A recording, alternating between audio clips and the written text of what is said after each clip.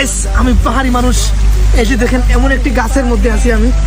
ও মাই god guys, ফলন দেখেন কি পরিমাণে এসেছে গাইস। এটা তো ভুবি গাছ গাইস, লটকন যেটাকে বলা হয় লটকন গাছ। কত পরিমাণে ফলন এসেছে এটার মধ্যে। ও মাই গড, এই যে এখানে দেখেন, এ বাবা রে, কত পরিমাণে ফলন এসেছে গাছের মধ্যে। মাশাআল্লাহ বলবেন আপনারা সবাই।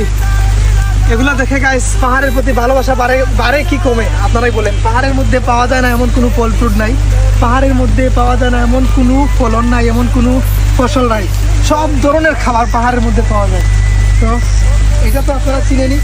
কুমিল্লার মানুষ, ময়মনসিংহের মানুষ, চিটাগাঙ্গের মানুষ, বরিশালের মানুষ, খুলনার মানুষ, নরসিংদীর মানুষ, আপনারা কি নামে চিনেন এটাকে?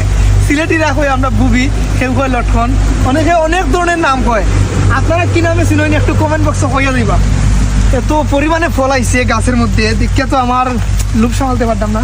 কিছু করার নাই, কিন্তু খাওয়ার উপযুক্ত নয়, এখনো খাওয়ার উপযুক্ত হয়েছে না।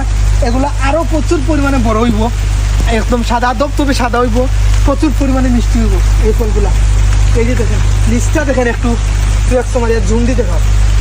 এই যে দেখেন নিচটা এত পরিমাণে ফলন আইছে দাদা, কি বলবো আপনাদের। মনে হইতেছে গাছে ওই একটা গান গাই, কিচ্ছু করার নাই, এখানে গান গাওয়া যাইতো নাই, এখানে বইলে ফলন সব নষ্ট হয়ে যাবে।